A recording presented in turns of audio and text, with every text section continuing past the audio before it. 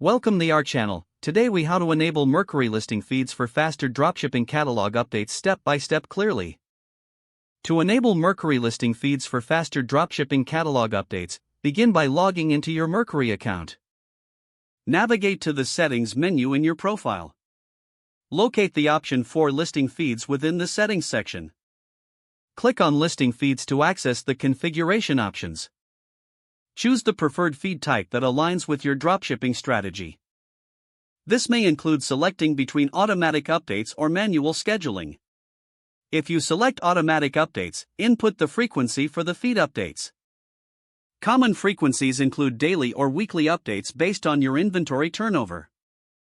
Next, provide the URL for your product feed, ensuring it adheres to Mercari's required format. After entering the URL, validate it to confirm it is accessible and correctly formatted.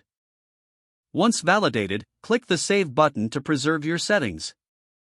Ensure that your product listings are optimized and have relevant keywords. Regularly check back to monitor the status of your listing feeds. Adjust settings as necessary to accommodate any changes in your dropshipping business model.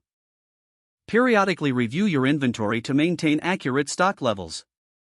By following these steps, you can streamline your catalog updates for more efficient dropshipping on Mercari.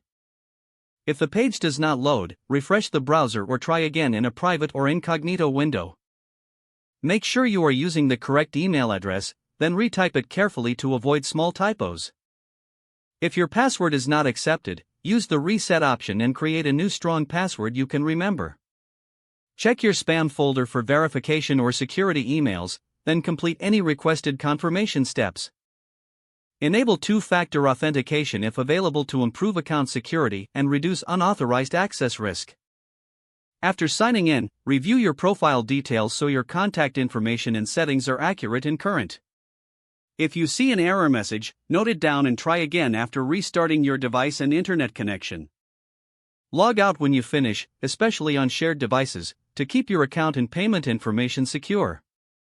If the page does not load, refresh the browser or try again in a private or incognito window.